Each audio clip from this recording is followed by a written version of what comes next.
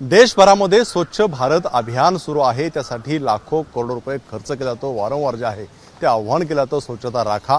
मात्र ज्या ठिकाणाहून राज्याचा गाडा आखला जातो त्या मंत्रालयामध्ये पाहतोय आपण याचा विसर पडलाय का? कारण मंत्रालयाच्या मुख्य गेटवरती पाहतोय आपण कचऱ्याचा ढिगारा पडलेला आहे। मंत्रालयातील जो काही कचरा निघतो तो फर्निचरचा असो किंवा अगदी रेबीज असो, सगळं जे आहे कचरा तो मंत्रालयाच्या समोर मेन गेटवरती पडताना पाहायला मिळतोय। पाहतोय आपण अगदी समोरच मंत्रालयाच्या समोरची ही दृश्य आहे।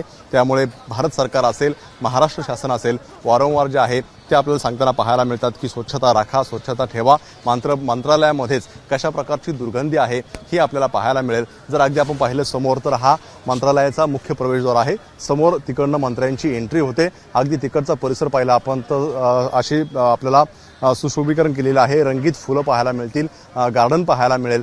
अगदी बाजूला जर पाहिलं आपण तर हा कचऱ्याचा ढिगारा जो आहे तो या ठिकाणी पडलेला पाहायला मिळतो। दिवसेंदिवस या ठिकाणी कचऱ्याचा ढीग जो आहे तो होताना पाहायला मिळतोय। अगदी मंत्रालयाच्या समोरची ही दृश्य आहे। मंत्रालयातील सगळा कचरा जो आहे त्या ठिकाणी टाकला जातो। त्यामुळे राज्याला देशाला उपदेश करत असताना मंत्रालयामध्ये स्वच्छतेचा जो आहे तो मेसेज देण्यासाठी कमी पडतंय का शासन, हा प्रश्न आता समोर येतोय। कॅमेरामन अनुप सराजसुने, एबीपी माझा, मुंबई। एबीपी माझा, उघडा डोळे बघा नीट।